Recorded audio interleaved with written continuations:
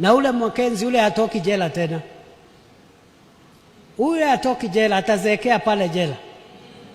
Na tunaomba Mungu amweke miaka mingi ndio aone Kenya ambayo itakuwa Kenya salama, ambayo itakuwa na hii maneno yake ya upumbavu.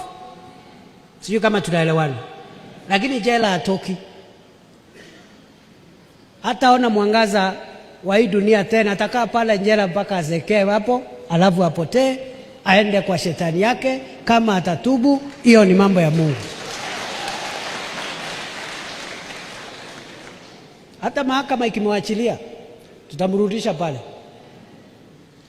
Sababu mahakama zetu za wengine tunaambia watu huyu ni mkora, ameua watu, wanasema iko haki, sijui katiba gani inatumika, wanaachilia. Hata wakimwachilia, ule bwana atazeekea pale jela, na atatoka jela aende akakutane na hukumu ya Mwenyezi Mungu. Sijui kama tunaelewana.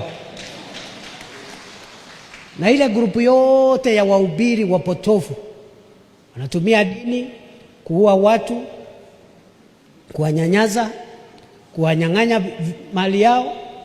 Ukiwadanganya na mambo ya bure na mambo ya aibu,